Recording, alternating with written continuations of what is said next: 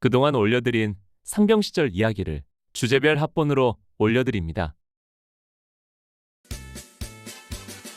나의 상병 시절 116번째 이야기. 17연대 3대대 ATT 대항군 훈련. 1. 대항군 임무가 주어지다. 1982년 중대 ATT를 마치고 복귀한 이후 우리는 10여일간 특별한 야전훈련 없이 자대에서 일상의 일과를 보냈습니다. 무더운 여름 날씨에 야전으로 나가지 않는 것이 다행이기는 했지만, 그러나 영내에서의 내무 생활과 평범한 일상이 반드시 편하고 좋은 것만은 아니었습니다. 매일같이 반복되는 학과 출장과 일주일에 2번씩의 야간 교육, 그리고 FM으로 실시되는 1.5와 일석.5 등 어쩌면 야전훈련보다 더 힘든 자대 생활이라고 해도 과언이 아니었습니다. 그뿐 아니라 비록 영내 생활이지만 노도부대가 우리를 잠시라도 평안히 놔두지 않았습니다. 1982년 6월 24일 목요일. 이날은 중대 ATT에서 복귀한 다음 날로 훈련 후 정비를 하는 날이었습니다. 오전에 정비를 하고 점심을 먹고 나머지 정비를 하고 있는데 오후 2시가 되자 갑자기 화스트페이스 훈련 경보가 발령되었습니다. 어제 훈련에서 복귀했는데 도대체 무슨 상황인지 정신이 없었습니다. 갑자기 발령된 비상이라 혹시 9.15 고지에 투입되는 것이 아닌가 걱정했는데 다행히 양구선 착장 주변으로 출동하여 대침투 작전을 수행하고 밤 9시 30분에 복귀할 수 있었습니다. 다음 날인 6월 25일 금요일은 보급경제 확인 감독의 날로 재물조사를 한다고 모든 보급품을 발칵 뒤집어 놓았습니다. 25일 오후와 그 다음 주 화요일인 6월 29일 하루 종일 취사장과 야간 사격장 주변, 그리고 부대 도로변 제초 작업을 실시하느라 풀과의 전쟁을 벌이며 땀을 엄청 쏟아야 했습니다.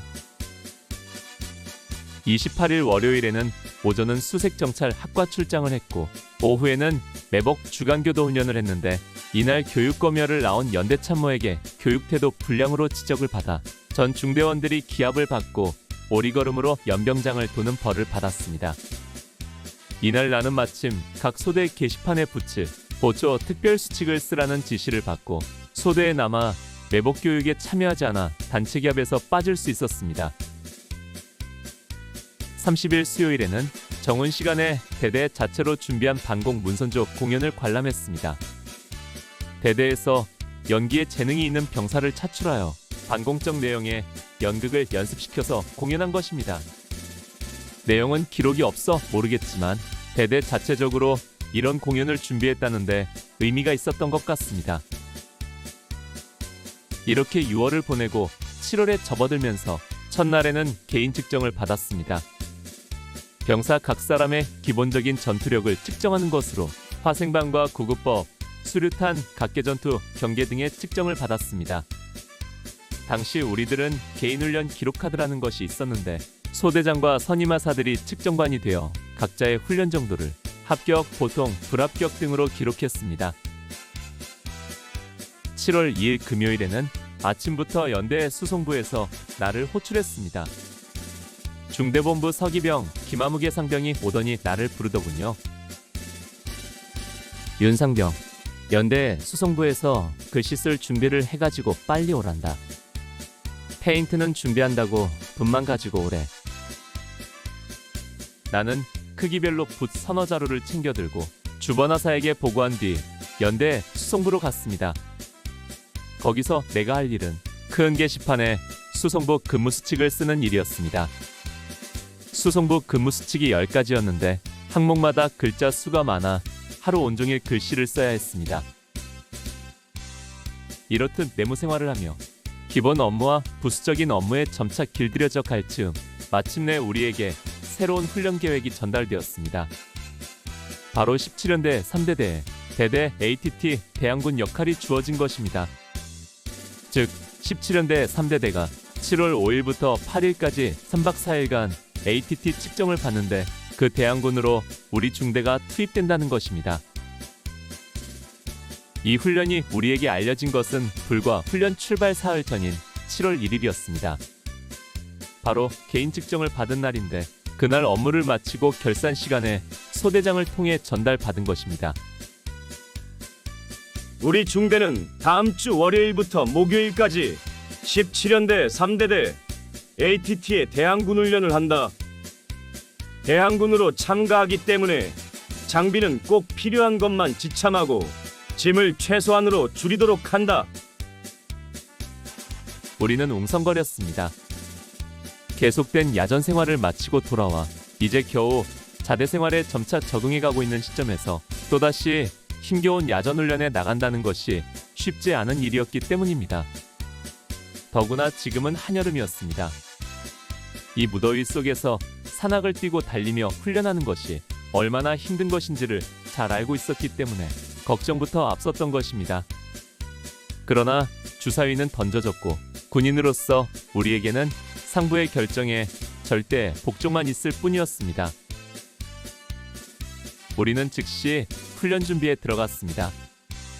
그 당시 우리 소대에서 나와 내 동기들은 바야흐로 소대의 중고참이었습니다. 우리들 위로는 4~5명 정도의 고참이 있을 뿐이었고 우리 아래로는 10대 명의 후임들이 있었던 것입니다. 이번 훈련을 나가기 전 우리 동기들은 예전 우리 선임들이 그랬듯이 후임병들을 뒷산 빨래 건조장에 집합시켜놓고 군기를 잡았습니다. 예전과 다른 점이 있다면 전에는 우리 동기들이 당하는 입장이었는데 지금은 시행하고 있다는 점입니다. 우리가 당할 때는 억울하기도 했고 또 우리가 고참이 되면 이렇게 하지 말자고 다짐도 했었는데 막상 우리가 중고참이 되고 보니 어느새 우리 선임들이 걸었던 그 길을 또 걷고 있는 것입니다. 옛말에 시집살이 당해본 며느리가 시어머니 되면 시집살이 시킨다는 말 그대로였습니다. 나는 그 자리에 참여하지 않았습니다. 중대 군종병으로 주일날이면 교회에 데려가고 교회에서 그들을 형제님이라고 부르면서 폭력을 행사하는 자리에 함께 할 수는 없었습니다. 그러나 내 동기들이 후임병들을 집합시키는 그것까지는 막을 수는 없었습니다. 겁먹은 얼굴로 하나둘 내무반을 빠져나가는 후임병들을 보며 나는 지난날 내 모습을 보는 것 같았습니다.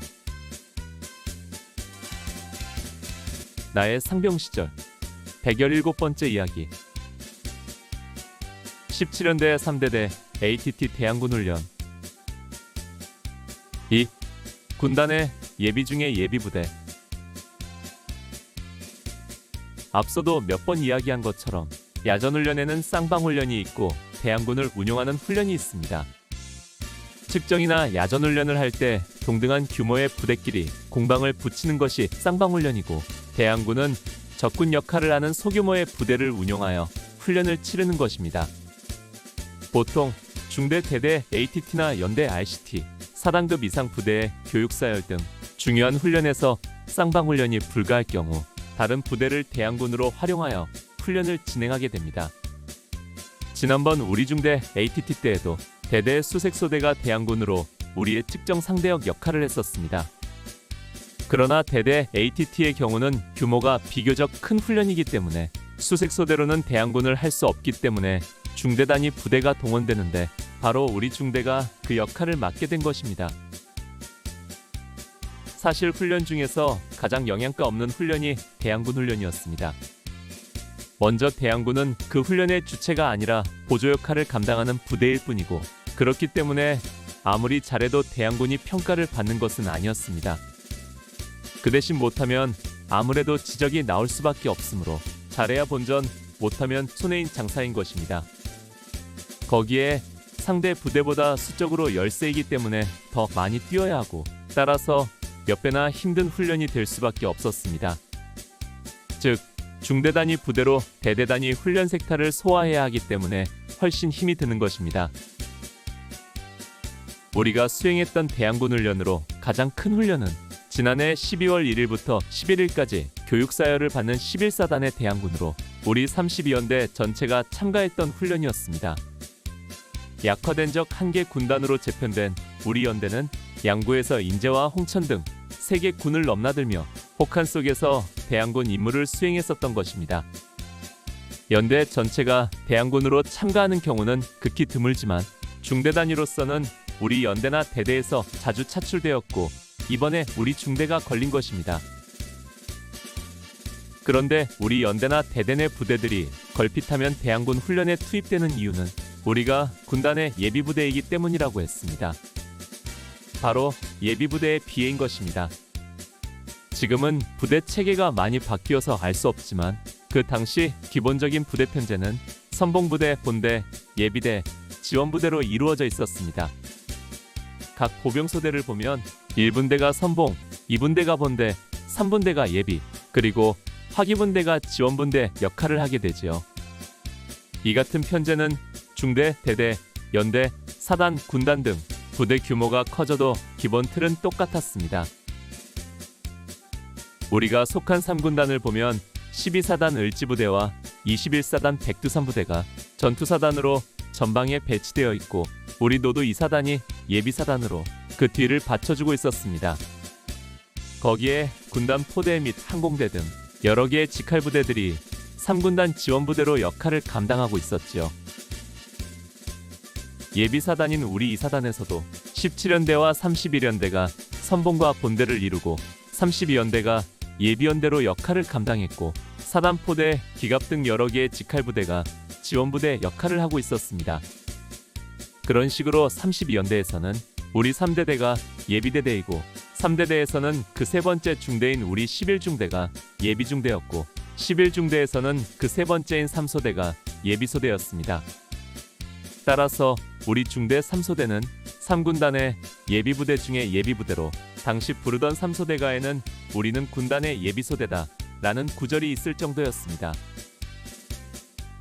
얼핏 생각하면 예비부대는 무척 편할 것 같다는 선입견을 갖게 합니다. 예비대니까 뒷전에 물러서서 선봉부대나 본대가 앞서 싸울 때 대기하고 있다가 그들이 불리하면 투입되니까 아무래도 위험성도 덜하고 힘도 덜 들 것 같습니다. 물론 실전 상황에서는 어느 정도 일리가 있을지도 모르지만 문제는 현 시대가 전쟁 시기가 아니라 휴전 상태로 평화의 시대를 보내고 있다는 것입니다. 평화의 시기에 군대가 할 일은 총칼이 녹슬지 않도록 갈고 닦으며 강병 양성을 하는 것입니다. 철책선을 지켜야 하는 전투사단은 경계 임무에 충실하는 것으로 그 임무를 다할 수 있지만 예비사단인 우리 노도부대는 교육사단으로 날마다 전술전기를 익히고 실습하는 교육과 훈련이 주임무였습니다. 이 일은 그리 간단치 않았고 쉽지 않은 일이었습니다. 남들이 4에서 6주 정도만 감당하면 될 훈련소 생활을 우리는 군 생활 내내 해야 한다고 생각하면 쉽게 이해가 될 것입니다. 그러나 예비대의 임무가 교육과 훈련이라는 단순한 업무만 있는 것이 아니라 그 외에도 다양한 일들을 감당해야 했습니다. 후방지역 방어훈련과 대침투작전을 감당해야 하고 주둔지 외에 우리의 진짜 요새인 진지를 관리 보수하고 진지를 사수하기 위한 작업과 훈련도 해야 했습니다. 격오지 경계를 위한 파견 근무도 중요한 업무였습니다. 팀 스피리트 같은 연합작전 훈련에도 가장 많이 동원되었고 국군이 날 행사 같은 공식적인 행사에도 참가해야 했습니다. 때로는 신설되는 부대를 위해 일부 병력이 차출되어 가기도 했습니다. 훗날 특공연대 창설 시 군단의 예비소대인 우리 중대 3소대가 통째로 차출되기도 했었습니다. 또 제가 전역한 이후인 1984년에는 제가 소속되었던 32연대 11중대 전체가 전북 부안의 해안경비를 위하여 이동 배치되었다고 하더군요.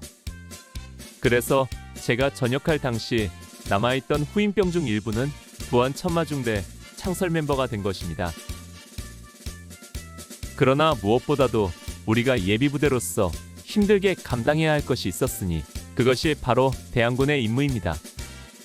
대항군으로 가장 많이 차출되는 부대가 바로 군단의 예비사단, 예비연대, 예비대대, 예비중대인 것입니다. 철책선을 지키는 전투사단에서 병력을 차출하여 대항군으로 활용할 수는 없기 때문입니다. 그 때문에 역시 32연대 3대대는 훗날 대항군 전문부대 역할을 하다가 대항군 전문부대가 창설되면서 일부가 합류하기도 했다는 이야기도 들었습니다. 이렇듯 군단의 예비중대인 우리가 이번에 대대 ATT 측정을 받는 17연대 3대대의 대항군이 되어 또다시 야전으로 나가야 하는 것입니다. 나의 상병 시절 118번째 이야기. 17연대 3대대 ATT 대항군 훈련. 3. 접적이동과 1차 임무. 1982년 7월 5일 월요일. 17연대 3대대 ATT 대항군 훈련 출동의 날이 밝았습니다. 05시에 기상을 했습니다. 우리가 평가받는 훈련이 아니었기에 비상 발령도 없었고 군장 검사도 없었습니다. 그저 군장을 꾸리고 물자 분류를 하고 일부 병력은 병기과에 가서 공포탄을 수령해 왔습니다. 아침 식사를 하고 곧바로 중식을 분배받아 반합에 나눠 담아 군장에 붙들어 매는 것으로 출동 준비는 끝났습니다. 날씨가 더운 여름철인데도 점심 식사를 추진하지 않고 미리 배식해 주더군요. 07시 정각. 우리 중대는 대대 연병장을 출발하여 연대의 후문을 빠져나왔습니다. 그리고 구암리 앞길로 해서 도로를 따라 도촌리를 지나 마산리에 도착했습니다. 2시간이 채 안 걸리는 거리인데다 별다른 상황 없이 이동하다 보니 천천히 행군했는데도 오전 9시가 되기 전에 도착했습니다. 마산리는 내가 자대 전입 가서 처음으로 뛴 야전훈련인 1981년 동계훈련장이었고 그 뒤로 서너 번 정도 야전훈련을 뛰면서 와보았기 때문에 주변 지리는 훤한 곳이었습니다. 우리는 그 마산리 뒷산에 1차 집결지를 할당받았습니다. 그러나 이곳에서 수경할 것이 아니므로 텐트는 치지 말라고 했습니다. 우리들은 각자 그늘 아래로 찾아 들어가 휴식하며 시간을 보냈습니다. 이번 훈련에서 우리에게 첫 번째로 주어진 임무는 조우전 상황이었습니다. 조우전은 적과 예상하지 못한 곳에서 갑자기 만나는 상황입니다. 우리 대항군은 미리 준비하고 기다리지만 인제에서 접적이동을 하는 17연대 3대대는 갑작스런 접적 상황에서의 대처 능력을 보는 것입니다. 이 조우전 상황은 싸가지골에서 16시로 예정되어 있었습니다. 그 당시 대대 단위 부대의 접적이동 거리가 보통 40여 킬로미터 정도였습니다. 따라서 17연대 3대대가 인제에서 출발하여 개골령을 넘어 전술행군을 하며 접적이동을 하기 때문에 그 시간쯤에 싸가지골에 도착하리라는 것이었습니다. 그 시간을 생각하면 우리가 그리 서둘 것도 없는데 새벽에 1시간 빨리 기상하고 출발도 서둘러서 한 것이 이해가 가지 않았습니다. 자대에서 점심까지 먹고 출발해서 곧바로 싸가지골로 이동해도 충분했을 것이기 때문입니다. 굳이 일찍 와서 수경할 지점도 아닌 곳에서 할 일 없이 휴식만 하고 있는 것입니다. 그래도 이제는 그 누구도 중대장에 대해서는 불평하는 사람은 없었습니다. 팀 스피리트 훈련 때 중대장의 모든 지위가 불만의 대상이었던 것을 생각하면 중대장에 대한 인식이 완전히 바뀐 것입니다. 팀 훈련을 마치고 자대 복귀한 후 시간이 지나면서 중대원들이 김성대 중대장을 다시 보게 된 것입니다. 특히 사단 휴양소에서의 파격적인 막걸리 파티와 육격과 산악훈련장에서 나름대로 융통성을 발휘하여 우리를 힘들지 않게 배려해주는 모습을 보면서 생각이 바뀌기 시작했습니다. 중대자유훈련 때 마늘밭 초토화 사건으로 1시간 넘게 철모에 원산폭격을 시켰지만 그것은 밭주인이 지켜보고 있었기 때문이었고 그 이후로는 그 문제에 대해서는 가타부타 단 한 번도 언급하지 않고 넘어가기도 했습니다. 이처럼 중대장에 대한 인식이 변하면서 5분 대기조 군단 측정이나 중대 ATT 같은 쉽지 않은 측정 훈련을 뛰면서도 큰 불만 없이 온 중대원들이 혼연일체가 될 수 있었습니다. 아무튼 이렇게 빨리 이동했기 때문에 우리는 마산리 뒷산 집결지에서 오전 3시간 가까이 휴식하며 대기하다가 군장에 달고 온 점심밥을 풀어 식사를 했습니다. 그리고 식사를 하고도 또다시 1시간여를 더 대기하며 쉬었습니다. 14시 정각. 집합하여 중대장으로부터 작전 명령을 하달받았습니다. 그러나 우리에게 주어진 작전은 별다른 것은 없었습니다. 그냥 행군하며 가다가 갑자기 적과 마주치는 상황이 벌어지고 이때 즉시 상계하여 전투 준비만 갖추고 적이 전열을 가다듬고 응전해 오면 곧 빠져나와 철수하면 되는 것이었습니다. 이 조우전 상황에 따른 17연대 3대대의 대처 능력에 대해서는 측정관들이 판단할 문제였습니다. 우리는 그동안 휴식했던 마산리 뒷산을 떠나 청리로 넘어가는 작은 고개를 넘었습니다. 그리고 양구터널로 올라가는 도로를 가로질러 싸가지골로 접어들었습니다. 싸가지골은 작은 개울을 끼고 초입은 논밭이 혼재되어 있다가 점점 들어가면서 밭과 자갈밭 그리고 31년대에서 관리하는 군사시설들이 군데군데 있는 지형이었습니다. 그리고 그 깊숙한 안쪽에는 사단감호소로 불리는 삼천근로봉사대 수용시설이 있고 계속 넘어가면 곧 개굴령이었습니다. 우리는 일반적인 전술대형을 유지하여 1소대를 선봉으로 하고 2소대와 화기소대가 본대로 예비는 3소대로 하여 천천히 싸가지골로 진입했습니다.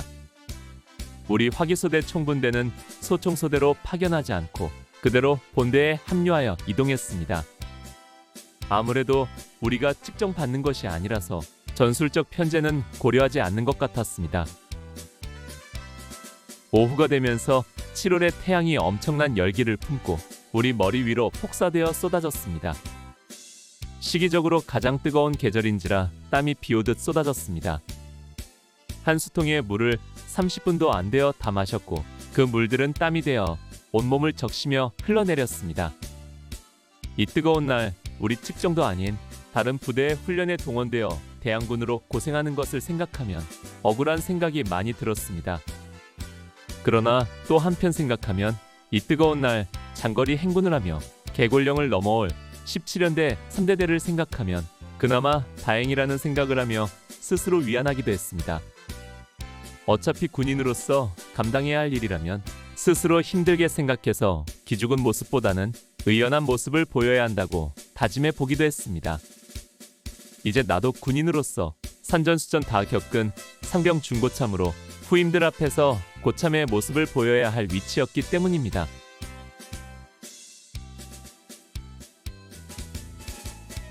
나의 상병 시절 119번째 이야기 17연대 3대대 ATT 대항군 훈련 4. 조우전 상황 1982년 7월 5일 월요일 ATT 측정을 받는 17연대 3대대의 대항군이 된 우리 중대는 오전 동안 1차 집결지에서 휴식을 하고 점심을 먹은 뒤 14시에 집합하여 중대장으로부터 간단한 작전 지시를 들었습니다. 오늘 우리가 수행할 첫 번째 임무는 조우전 상황이다. 접촉 이동을 하는 17연대 3대대와 예상치 못한 지점에서 갑자기 만나는 상황이다. 작전 지역은 싸가지골이다. 지금부터 작전 지역으로 이동하다가 적을 발견하면 즉시 상기하여 대치하다가 퇴각 명령이 떨어지면 즉시 후퇴하면 된다. 우리가 측정을 받는 상황이 아니기 때문에 다른 전술적 고려는 하지 않아도 되지만 그래도 질서를 유지하고 특히 안전에 유의하라. 이상. 뜨거운 7월의 태양이 폭사하는 한여름 오후에 우리는 군장과 장비를 챙겨 들고 마산리 뒷산 집결지를 출발하여 곧바로 그리 높지 않은 고개를 넘었습니다. 그리고 용아리에서 양구터널로 오르는 국도를 가로질러 청리 마을을 지나 싸가지골로 접어들었습니다. 개골령으로 오르는 싸가지골은 작은 냇물을 끼고 논밭이 혼재되어 있는 지형이었습니다. 날씨가 무척 무더웠습니다. 오전에 시간이 넉넉했기 때문에 아예 집결지를 정해서 텐트를 치고 단독 군장으로 움직였으면 좋으련만 군장과 개인화기와 장비까지 갖추고 이동하다 보니 땀이 쏟아지고 수통에 물은 금방 동이 났습니다.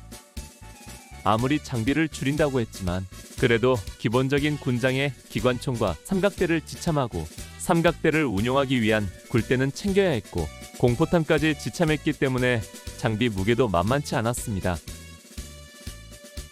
우리는 급할 것이 없었습니다. 어느 지점이든 행군에 오는 적들을 만나 조우전 상황만 만들면 되었기 때문입니다.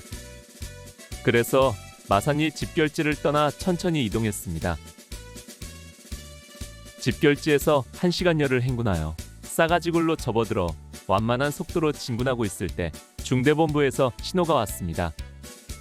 선봉소대 척후병들이 적 발견 보고를 한 것입니다. 이어서 중대장의 무전이 들려왔습니다. 적 발견. 각 소대 전투 위치로. 중대장의 작전 지시에 따라 우리는 사전에 약속한 대로 1소대를 중앙으로 2소대와 3소대가 좌우로 상계하여 전투 대형을 구축하고 우리 화기소대 삼각대 기관총은 중앙에서 1소대를 지원하고 60mm 박격포는 중대본부에서 후방 지원 임무를 수행하도록 했습니다. 우리가 측정을 받는 것은 아니었지만 기본적인 전술 대형은 갖춘 것입니다. 각 소대는 즉시 소대장들의 지휘 아래 좌우로 흩어져 은폐 엄폐물을 찾아 전투 준비를 갖추고 우리 기관총도 근처 돌무더기를 이용하여 기관총을 설치하고 전투에 대비했습니다. 17연대 3대대의 움직임은 자세히 보이지 않았지만 그들도 대항군인 우리를 발견했을 것이고 각 중대별로 맡겨진 임무에 따라 신속하게 전투 준비를 갖추고 있을 것입니다. 이렇게 전투 준비를 갖추고 10여 분이 지나자 중대에서 무전이 왔습니다. 조우전 상황 끝. 적들이 공격하기 전에 우리는 신속히 빠져나간다. 행군 대오를 유지하여 마산리 집결지로 이동하라. 우리는 허탈했습니다. 이 뜨거운 날 이곳까지 와서 힘들게 전투 대형까지 갖췄는데 공포탄 한 방도 쏘지 않고 물러나는 것이 허망했던 것입니다.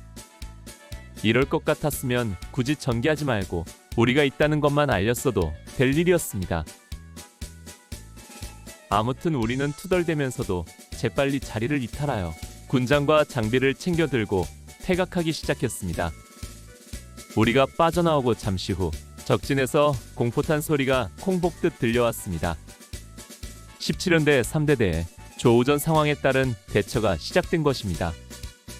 우리는 그 총소리들을 들으며 빠른 걸음으로 싸가지골을 빠져나와 조금 전 넘어왔던 마산리 뒷산 고개를 넘어 오전 동안 머물렀던 집결지로 돌아왔습니다. 그리고 그곳에서 인원 및 장비 점검을 하고 다시 계곡을 따라 대레지곡의 방면으로 이동하기 시작했습니다.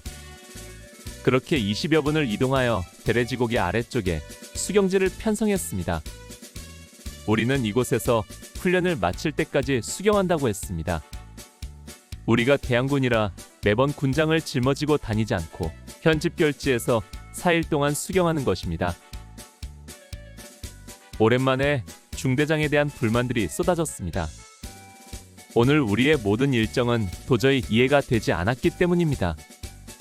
첫 임무인 조우전이 오후 4시에 예정되었으면 자대에서 그리 일찍 출발하지 않아도 될 일이었습니다. 그리고 일찍 출발해서 오전 동안 시간이 넉넉했기 때문에 수경지로 곧바로 가서 텐트를 치고 작전에 투입했으면 무더운 날씨에 군장을 메고 싸가지골까지 갔다 오지 않아도 되었을 것입니다. 우리들끼리 이런저런 불평불만을 했지만 항상 그렇듯 달라질 것은 없었습니다. 아무튼 나흘 동안 머물 수경지였기 때문에 제대로 된 분대 텐트를 쳤습니다.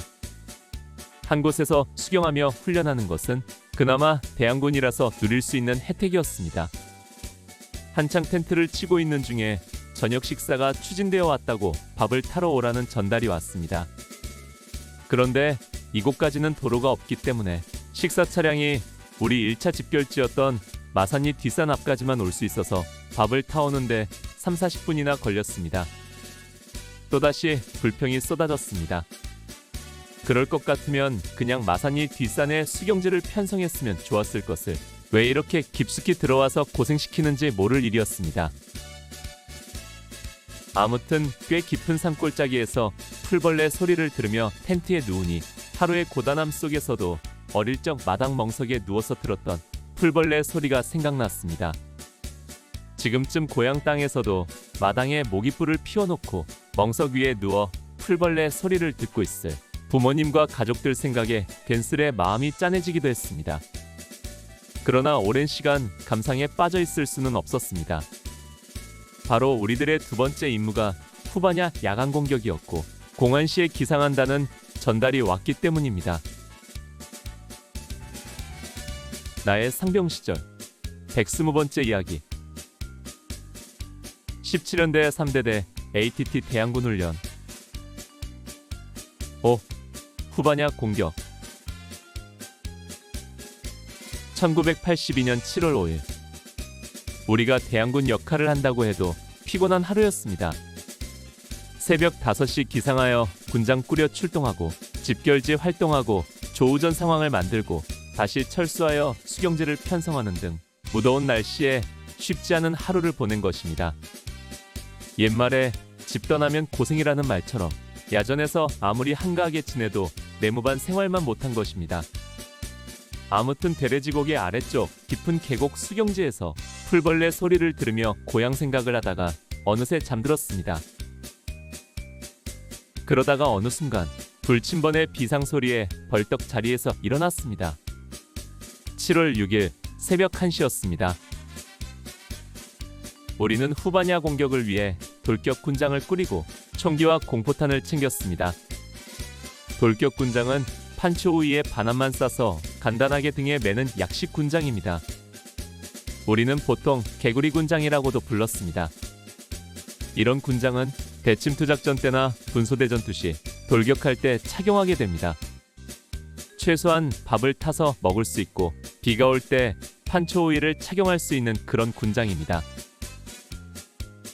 우리들이 출동 준비를 하고 있는 동안 분대장급 이상은 중대 CP에 모여 작전회의를 했습니다. 30여 분 뒤 텐트로 돌아온 우리 분대장 입에서 나온 첫마디는 오늘 죽었다는 것이었습니다. 오늘 일정이 아주 힘들고 괴로울 것이라는 말입니다. 분대장 장하사가 전한 오늘의 일정은 다음과 같았습니다. 공두시 출발해서 연해골까지 가서 후반야 공격을 하고 아침 식사 후에 오전 동안 현지에서 주간 공격을 준비한 다음 오후에 주간 공격을 시작하여 상황 종료는 밤 9시, 수경지 복귀하면 밤 11시가 넘을 것 같다. 그러니까 지금 출발하면 거의 20시간 이상을 헤매고 있다가 오밤중에 돌아오게 될 것이라는 말이었습니다. 다행인 것은 기관총은 예비총열 주머니와 삼각대는 빼고 총만 지참하고 포분대 역시 포는 지참하지 않고 소총만 들고 가기로 했다. 그나마 우리가 측정받는 훈련이 아니라서 우리를 귀찮게 하는 예비총열 주머니와 삼각대를 놓고 가는 것만으로 위안을 삼을 수밖에 없었습니다. 공안시 50분에 집합하여 공두시 정각에 후반야 공격을 위해 출발을 했습니다. 수경지에서 내려와 도촌리 앞에서 우측으로 송우리, 용아리를 지나 광치검문소에서 좌회전하여 한참을 더 들어가 2시간 가까이 행군하여 연해골 입구에 도착했습니다. 이곳은 지난해 10월에 우리 대대 ATT를 뛰면서 수경했던 곳입니다. 그 당시 밤늦게 공격하고 고픈 배를 움켜쥐고 수경지로 돌아오다가 밭에 배추 한 포기를 뽑아 품 안에 감춰가지고 수경지로 와서 우리 분대원들이 순식간에 다 뜯어 먹었던 추억이 서려 있는 곳입니다. 우리의 공격 목표는 연해골에서 좀 더 방산면 쪽으로 진행하여 오른쪽 뒷산이었습니다. 우리는 산자락의 연안 바퀴퉁이에서 공격을 시작했습니다. 사방은 조용하고 어디에 적들이 숨어 있는지 알 수가 없었습니다. 아마 저들도 청음초와 추진조를 배치해 놓았다면 우리들의 공격은 이미 알려졌을 것입니다.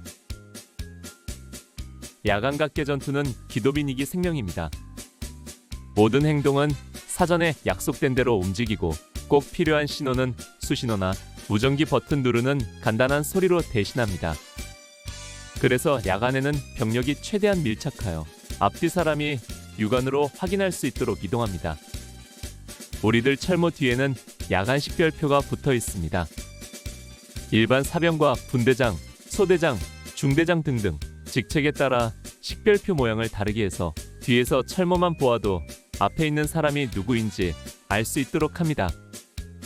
그래서 야간 작전에서는 야간 식별 표식을 보고 따라가는 것이 중요합니다. 만약 뒤처져서 앞사람을 놓치면 칠흑 같은 어둠 속에서 낙오하거나 아니면 뒤에 따라오는 병력을 엉뚱한 길로 인도할 수도 있기 때문입니다. 이렇게 돌격선까지는 일렬로 이동하고 돌격 전개선에 다다르면 행으로 펼쳐 효과적인 공격을 할 수 있도록 전개합니다.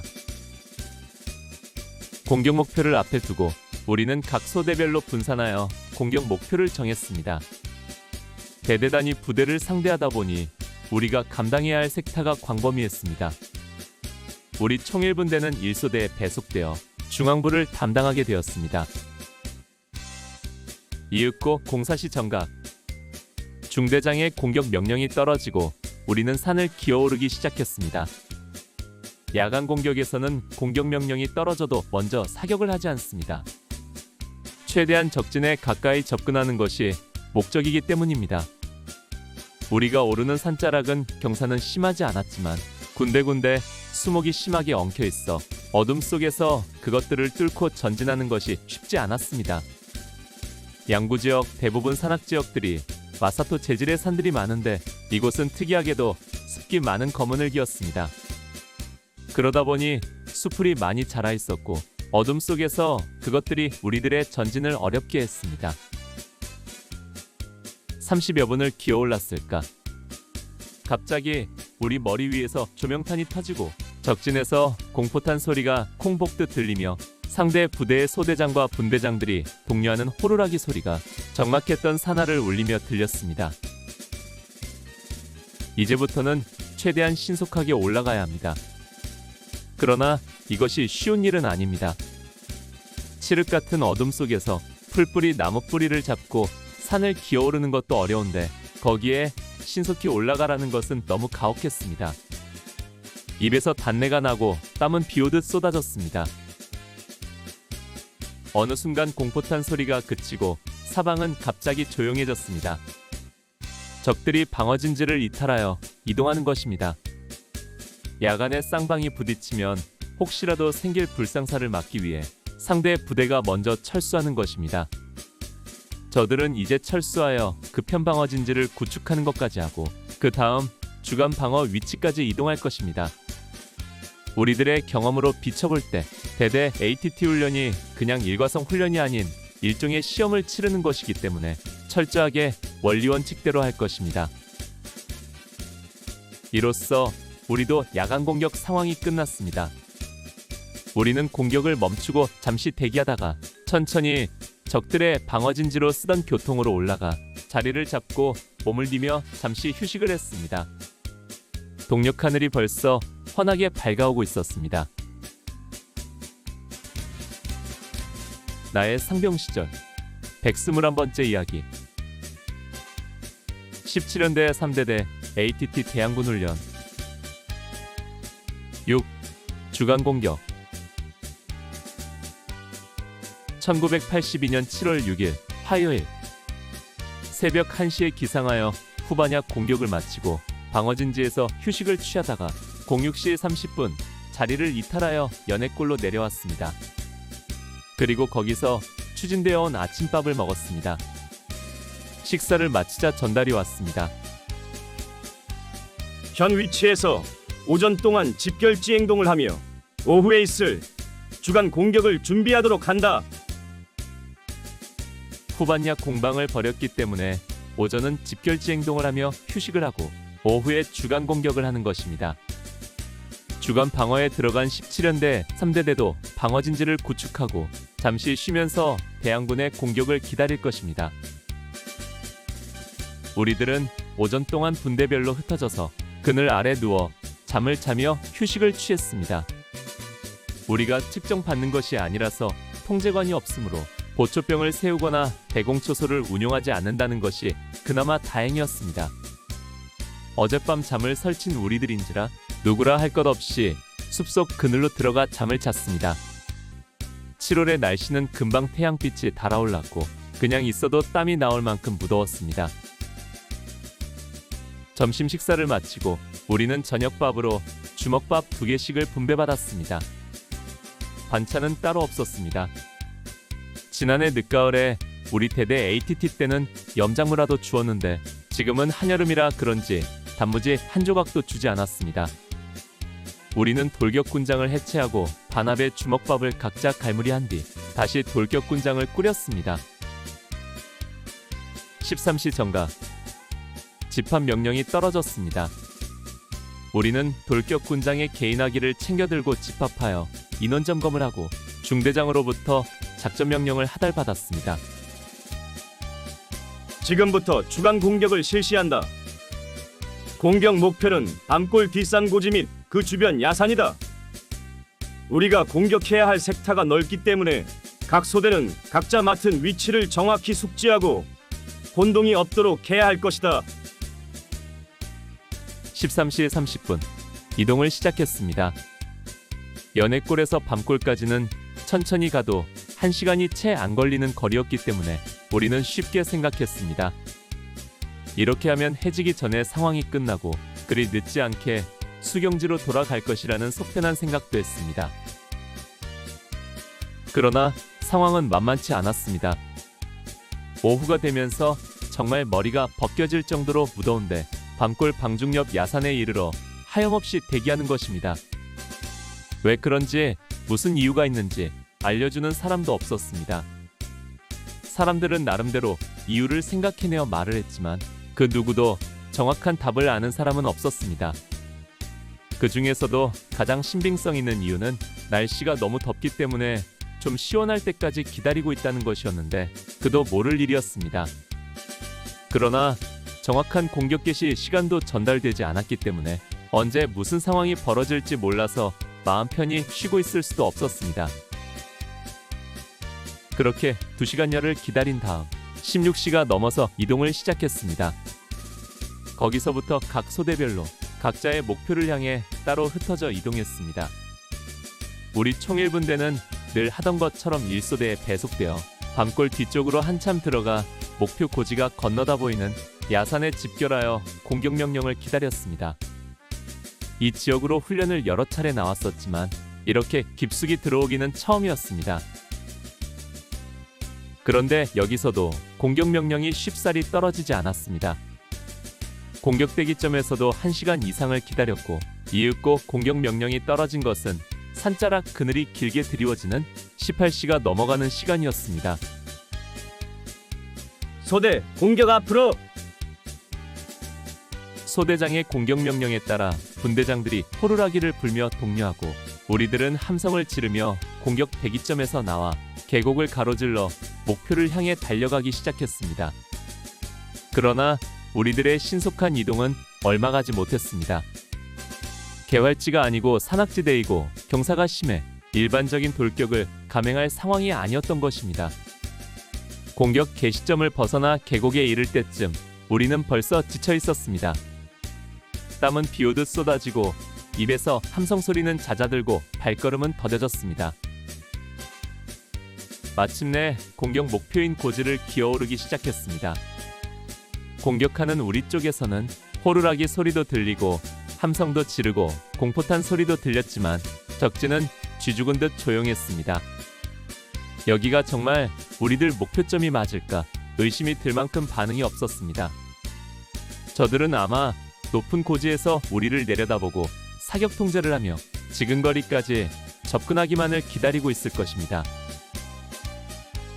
산은 경사도가 70도 이상 되는 악산이었습니다. 산을 기어오르다시피 30여 분 이상을 풀뿌리 나무 뿌리를 잡고 오르며 공격을 하고 있는데 마침내 적진에서 호루라기 소리와 더불어 공포탄 소리가 온 산하를 울리며 콩 폭듯 들려왔습니다. 우리는 즉시 공격을 멈추고 그 자리에서 휴식을 하며 적들이 방어훈련을 마칠 때까지 대기했습니다. 10여 분 이상 총성이 들리더니 이윽고 총성이 멈추고 저들이 철수하는 소리가 들려왔습니다. 한참을 더 대기하다가 저들이 철수를 완료했을 즈음 우리는 천천히 산으로 올라 조금 전까지 적들이 방어하던 진지에서 휴식을 하면서 반합에 쌓은 주먹밥을 꺼내 먹었습니다. 소금으로 짭짤하게 간을 한 시커먼 보리밥을 물과 함께 먹는데 조금 서러운 생각도 들었습니다. 그러나 시장이 반찬이라고 배가 고파서 그나마도 엄청 맛이 있었습니다. 밥을 먹고 나니 20시 40분. 낮이 가장 긴 시기였지만 사방은 이제 어둠이 깔리기 시작했습니다. 우리는 장비를 챙겨들고 신속하게 산에서 내려와 밤골 입구 야산에서 모든 중대원이 만나 인원 점검을 했습니다. 그리고 터벅터벅 걸어서 수경지로 향했습니다.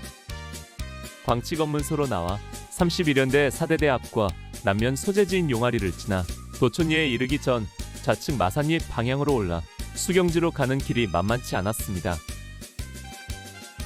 수경지로 돌아오니 22시 30분. 그야말로 새벽 01시에 기상하여 이제 21시간 30분 만에 되돌아온 것입니다. 정말 길고도 험한 하루를 마친 우리들은 야간 근무자를 제외하고는 누가 먼저랄 것 없이 텐트로 들어가 잠을 청하며 고단했던 하루를 마감했습니다. 나의 상병 시절 122번째 이야기. 17연대 3대대 ATT 대항군 훈련. 7. 집결지 행동과 야간 방어 준비. 대항군 훈련 이틀째인 7월 6일은 정말 힘든 날이었습니다. 새벽 1시에 기상하여 밤 10시 30분까지 후반야 공격에 이어 주간 공격까지 20시간 넘게 산악을 뛰고 달리며 훈련을 해야 했습니다. 우리가 평가를 받는 것도 아닌 영양가 없는 훈련이었지만 할 것은 다 하는 훈련이었습니다. 그래도 한편 생각하면 이날의 고생으로 이번 대항군 훈련의 거의 힘든 과정은 끝났다고 해도 과언은 아니었습니다. 야전 훈련에서 공격 상황이 끝나면 힘든 훈련은 거의 끝난 셈이기 때문입니다. 방어는 자리만 잡고 앉아서 오는 적을 맞아 응전만 하면 되기 때문에 힘들게 이동하지 않아도 되었습니다. 이렇듯 힘든 하루 일과를 마치고 수경지로 복귀한 우리들은 텐트에 들어가자마자 정말 통나무같이 쓰러져 잠을 잤습니다. 그래도 군인이기에 경계 근무를 해야 했기 때문에 소대별로 불침번을 조직하여 근무를 시켰는데 어느 소대인가 불침번이 잠드는 바람에 그 뒤로 근무자가 없이 새벽을 맞은 곳도 있었습니다. 그러나 모두들 힘든 상황이었기 때문에 별다른 문제 삼지 않고 그냥 넘어갔습니다. 우리가 평가받을 일도 없었고 새벽에 다른 상황이 예정되어 있는 것도 아니었기 때문입니다. 7월 7일 수요일. 대항군 훈련 사흘째 날이 밝았습니다. 07시에 기상하여 아침밥을 먹고 오전 동안은 정비 시간을 가졌습니다. 그러나 야전에서 특별히 정비할 것이 없기 때문에 모두들 부족한 잠을 자면서 오전을 보냈습니다.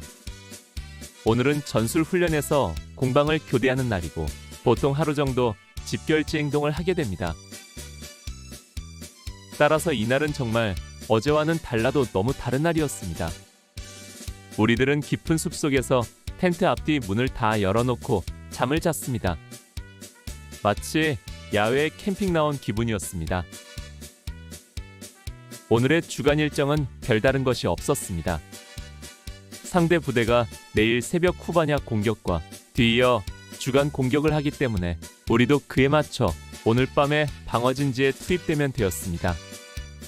그래서 점심을 먹고도 2시간을 더 쉬었습니다. 이런 야전 생활이라면 군대 생활 내내 해도 괜찮겠다는 농담들이 흘러나올 정도였습니다. 죽어라 고생했던 어제의 일은 이미 과거사였습니다. 15시가 되자 출동 준비를 하라는 연락이 왔습니다. 돌격 군장에 기본 화기만 지참하고 출동 준비를 할 것. 그리고 분대장 이상은 중대 CP로 집합. 우리들이 출동 준비를 하는 동안 분대장들과 소대장은 중대 CP로 작전회의에 들어갔습니다. 그리고 30여 분 뒤 돌아온 분대장이 오늘 우리의 임무를 전달했습니다. 16시에 출발해서 학수국민학교 뒷산으로 이동하여 거기서 저녁 식사를 하고 곧바로 방어진지로 투입된다. 산세가 험하기 때문에 어둡기 전에 방어진지에 들어가 거기서 휴식을 할 것이다. 그리고 내일 새벽에 후반야 방어를 마친 후에도 날이 밝은 뒤에 철수할 것이다.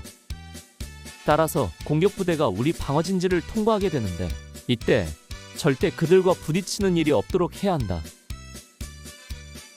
야전훈련에서 공격하는 부대와 방어하는 부대의 병력들이 서로 마주치게 되면 뜻하지 않은 충돌로 불상사가 생길 우려가 있었습니다.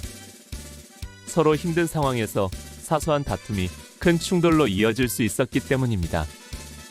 그러기 때문에 공격부대가 들어오기 전에 방어부대가 빠지는 것이 원칙이었습니다. 그런데 오늘 밤에 우리가 들어갈 방어진지의 산세가 험하기 때문에 어둠 속에서 급히 이동하면 위험하므로 공격부대가 우리 방어진지를 돌파한 뒤 날이 밝으면 철수할 예정이라는 것입니다. 따라서 공격부대가 우리 방어진지를 돌파할 때 부딪히는 일이 없도록 하라는 주의사항이었습니다. 16시에 우리들은 돌격군장에 소총과 기관총만 들고 집합했습니다. 예비총열과 삼각대와 포분대, 박격포 등은 지참하지 않았습니다. 집합하고 인원 점검을 한 뒤 곧바로 이동을 시작했습니다. 마산이 뒷산 고개를 넘어 청리에서 두무동 고개로 오르는 길 초입에 있는 학수국민학교 뒤쪽 야산에 집결했습니다. 17시가 되자 저녁밥이 학수국민학교 운동장으로 추진되어 왔습니다. 저녁 식사를 한 뒤에도 우리는 숲속에서 좀 더 머물며 휴식을 하다가 18시부터 다시 이동을 시작하여 두무동 고갯길로 오르다가 우측 산자락으로 올랐습니다. 학수국민학교에서 양구터널 쪽으로 마주 보이는 건너편 산자락으로 양구터널로 오르는 길 좌측이었습니다. 그동안 양구터널로 오르는 도로는 많이 다녔는데 좌측 산자락은 나도 처음으로 올라가는 산이었습니다. 산세가 급경사로 험하고 아카시아 나무가 많아서 야간 공격이 쉽지 않은 지형이었습니다. 우리는 산을 따라 한참을 올라가 7부 능선쯤에 축조된 교통호에 방어진지를 편성했습니다. 언제 누가 와서 교통호를 파고 총자를 만들었는지는 몰라도 그 당시 양구의 산에는 어디를 가든지 이런 방어진지가 거의 있었습니다. 방어진지에 투입되기 전에 중대장이 다시 분대장이 전했던 내용을 강조했습니다. 지금부터 야간 방어에 들어가는데 적 공격 예상 시간은 새벽 4시경부터 5시까지다.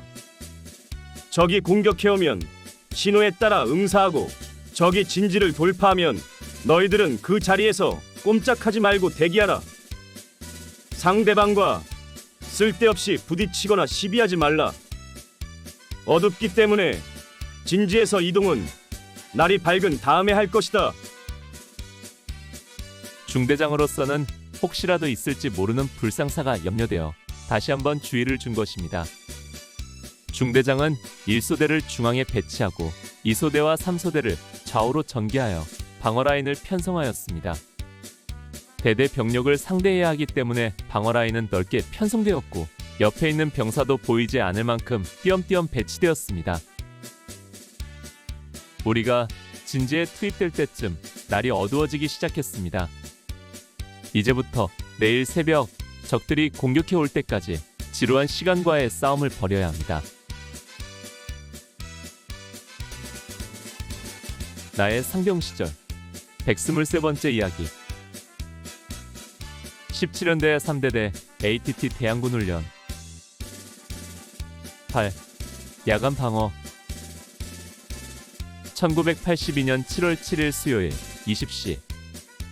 다음날 새벽으로 예정된 적의 후반야 공격에 대비하여 우리는 양구터널로 오르는 길 좌측에 험준한 산악지대에 방어진지를 편성하고 휴식에 들어갔습니다. 나는 그동안 많은 훈련을 뛰었지만 이 지역은 처음 와보는 곳이었습니다. 두무동 고개에서 양구터널 위 대레지 고개를 지나 봉화산에 이르는 능선이 이어지는 중간 지점으로 방어진지 전면은 70도 이상의 급경사였습니다. 이런 지형에서 야간 공격을 한다는 것은 목숨을 걸고 모험을 하는 것이나 다름없었습니다. 방어진지 뒤쪽도 급경사였기 때문에 우리는 방어를 한 뒤에도 공격부대가 그대로 돌파하여 지나기까지 움직이지 말라는 지시를 받고 있었습니다. 쌍방간에 조우하면 뜻하지 않은 불상사가 발생할 우려가 있음에도 불구하고 안전을 고려하여 방어진지에 머무르다가 밝은 뒤에 이동하라는 것이었습니다. 아무튼 우리가 방어부대였기 때문에 쉬면서 기다리다가 적이 접근하면 공포탄 몇 발만 쏘면 되기 때문에 어려울 것 없는 상황이었습니다. 그런데 전쟁은 생각보다 빨리 벌어졌습니다. 바로 모기와의 전쟁입니다. 그동안 굶주렸던 근동의 모든 모기들이 싱싱한 군인들의 피를 먹기 위해 수없이 몰려든 것입니다. 이번 훈련 나올 때 모기 퇴치제라는 플라스틱 병에 든 물약을 분대당 2개씩 나눠 주었습니다. 그런데 이 약을 얼굴과 팔에 발라도 거의 효과가 없었습니다. 약효를 비웃기라도 하듯 모기들은 아랑곳하지 않고 밀려들었던 것입니다. 우리들은 돌격 군장을 풀어 판초우이를 뒤집어 쓰고 앉아 있었지만 지독한 강원도 산골 모기들은 판초우의 안에까지 들어와서 어느새 얼굴과 팔다리를 물어뜯고 있었습니다. 정말 지독한 모기들이었습니다. 어떤 전우가 말한 것처럼 총으로도 대포로도 잡을 수 없는 것이 모기였습니다. 새벽까지는 많은 시간이 남아있었기 때문에 우리는 한 사람이 경계를 서고 두 사람은 잠을 자는 식으로 2시간씩 교대하기로 했습니다. 한 소대가 중대 섹타를 감당하기 때문에 개인 간격이 멀리 떨어져 있어 분대원 전체가 교대할 수 없었고 각 총별로 3명이 한 조로 방어조를 편성한 것입니다.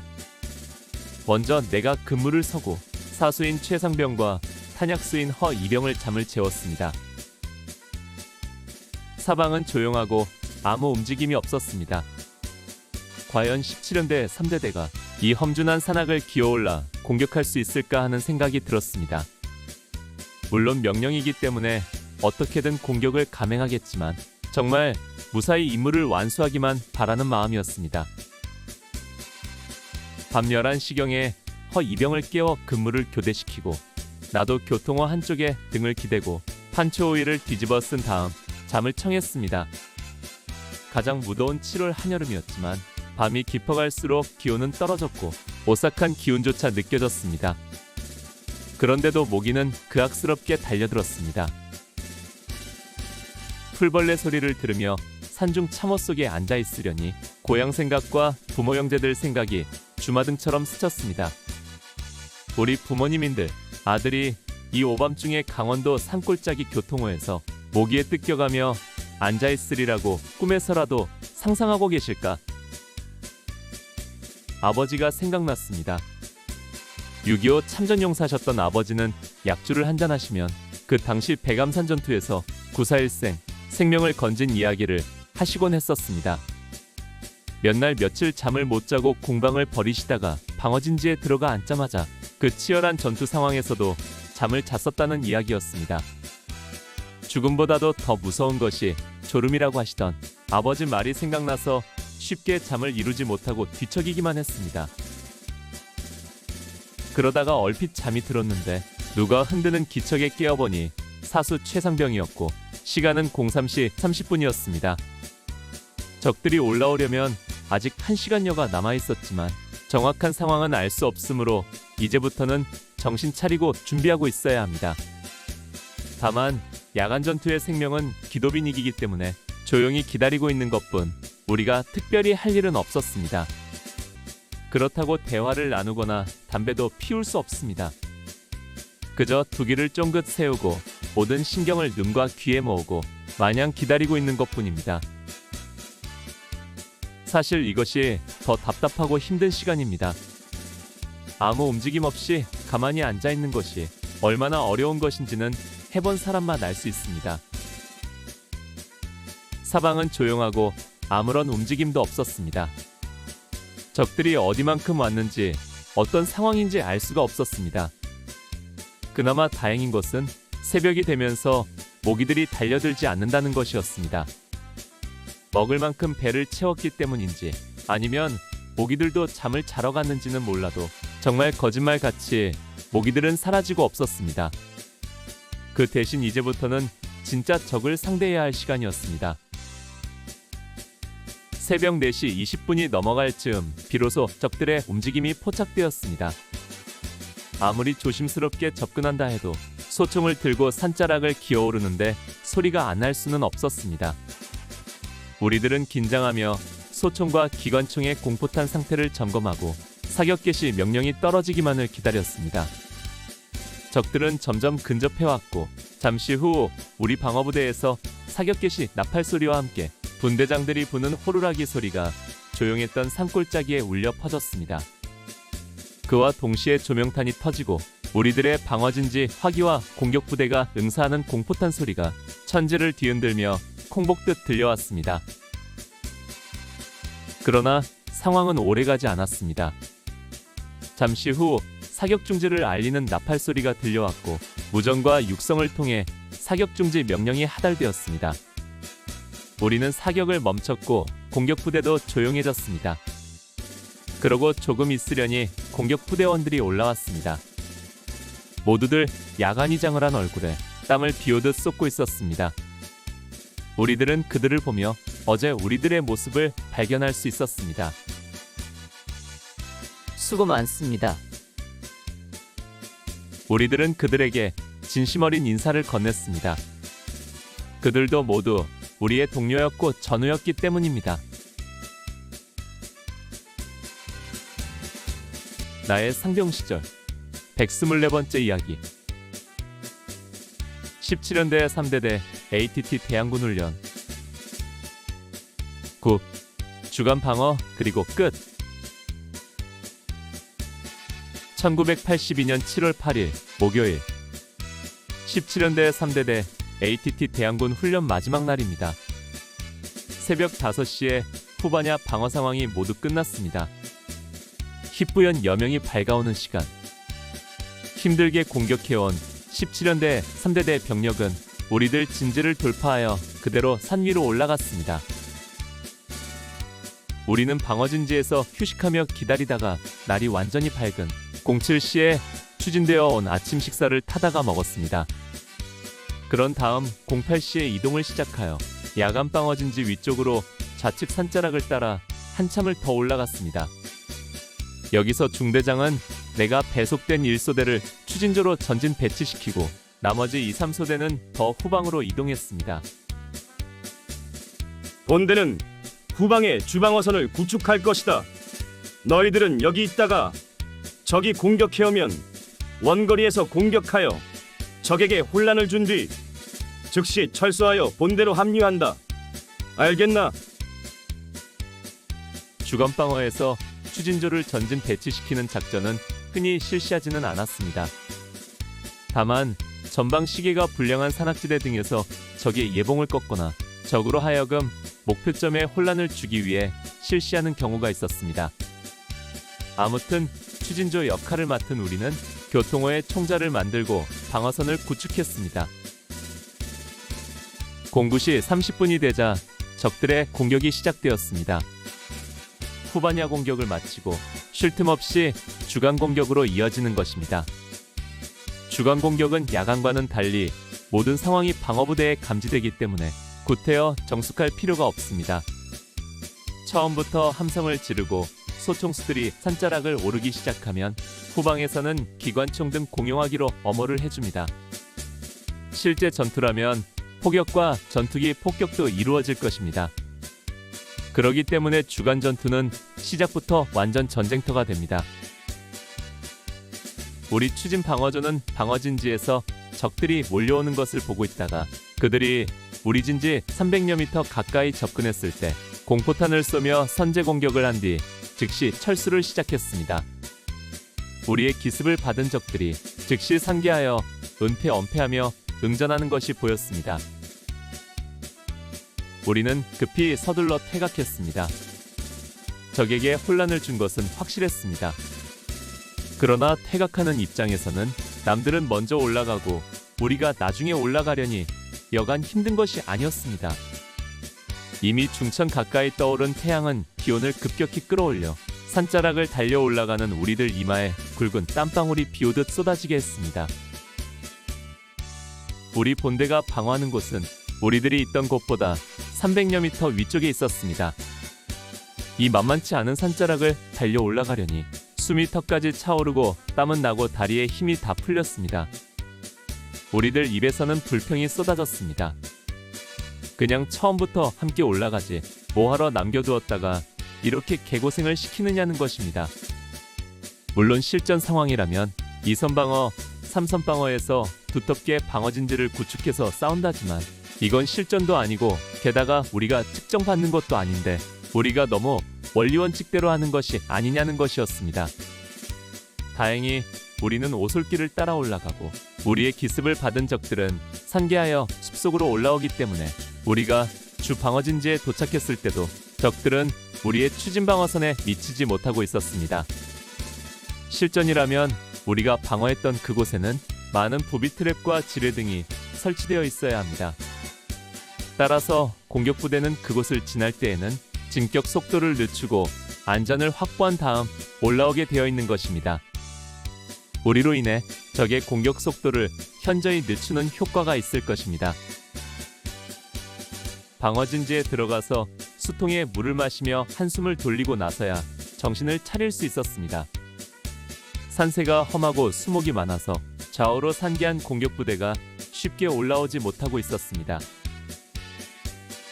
우리가 방어진지에 들어간 지 30여 분이 지나서 적들이 근접해 왔습니다. 이제 최후의 1점만이 남은 것입니다. 우리는 숨을 죽이고 사격 명령만 기다렸습니다. 방어에서는 사격 시점이 중요합니다. 소총의 살상 유효 사거리가 460m지만 실제적으로 효과적인 조준 사격 거리는 200m 이내입니다. 그러나 사격 정확도를 높이려면 그보다도 더 가까이 최대한 적을 끌어들이는 것이 효과적입니다. 그 때문에 방어에 들어갈 때마다 중대장은 늘 사격 명령 전에 개인적으로 사격하지 못하도록 누누이 교육을 시켰습니다. 10시 40분 사격 개시. 마침내 중대장의 사격 명령이 떨어졌습니다. 그와 동시에 나팔수의 나팔소리와 분대장들의 독려하는 호루라기 소리가 울리고 우리들의 총에서도 총성이 터져 나왔습니다. 이제 공포탄을 더 쓸 일이 없기 때문에 가지고 있는 모든 공포탄을 사용했습니다. 공격부대도 마찬가지입니다. 우리의 사격과 함께 그들도 응사하면서 최대한 빨리 돌격 앞으로를 감행해 왔습니다. 공포탄 사격은 그리 오래하지 않습니다. 공포탄도 많지 않을 뿐더러 실전과 같지 않아서 아무리 총을 쏴도 적들은 금방 올라와서 우리 진지를 돌파하기 때문입니다. 상황 끝. 현 시간부로 모든 상황이 끝났다. 모든 중대원들은 장비를 챙겨 산능선으로 집합하도록 한다. 이상. 7월 8일 11시였습니다. 이것으로 17연대 3대대 대대 ATT 대항군 훈련이 모두 끝난 것입니다. 그들의 ATT에 대한 평가가 어떻게 나올지는 모르지만 우리가 남의 집 잔치에 불청객이 되어 고춧가루를 뿌리는 역할은 이제 끝난 것입니다. 공격부대가 방어진지에 도달하기 전에 진지를 이탈하여 산능선으로 올랐습니다. 그리고 집합하여 인원 점검을 한 뒤 능선을 따라 10여 분을 내려오니 바로 양구터널 위였고 이내 대레지고개가 나왔습니다. 대레지고개를 따라 내려오다가 우리들의 수경지가 있는 계곡으로 들어가서 텐트를 철거하고 군장을 꾸리고 철수 준비를 했습니다. 철수 준비를 마치고 소대별로 모여 앉아 점심 식사로 전투식량 건빵을 물과 함께 먹었습니다. 그리고 잠시 쉬었다가 14시에 출발하여 도촌이로에서 자대로 복귀했습니다. 참으로 고단한 3박 4일의 일정이었습니다. 우리가 측정받는 훈련도 아니면서 정말 뼈 빠지게 고생했고 밤낮 가리지 않고 산과 들을 뛰고 헤맨 시간들이었습니다. 모두들 힘이 들었는지 자대에 도착하여 샤워를 한 다음 내무반을 안으로 걸어 잠그고 등화관제를 다 내리고 모두가 잠을 잤습니다. 18시에 주번하사가 전달을 걸어 저녁 식사를 하도록 했고 식사 후에는 잠시의 정비 시간을 갖고 밤 9시에 취침점호를 취한 다음 다시 잠을 잤습니다. 훈련 후 정비는 다음 날인 7월 9일 오전에 모든 세탁물과 장구류를 가지고 한강리 냇가로 나가서 세탁과 정비를 했습니다. 이렇게 해서 대항군 훈련 모든 상황이 끝나고 다시 본연의 임무로 복귀했습니다. 오늘 추억여행에 함께 해주셔서 감사합니다. 다음 이야기를 기대해 주시고 구독과 좋아요 부탁드립니다. 강백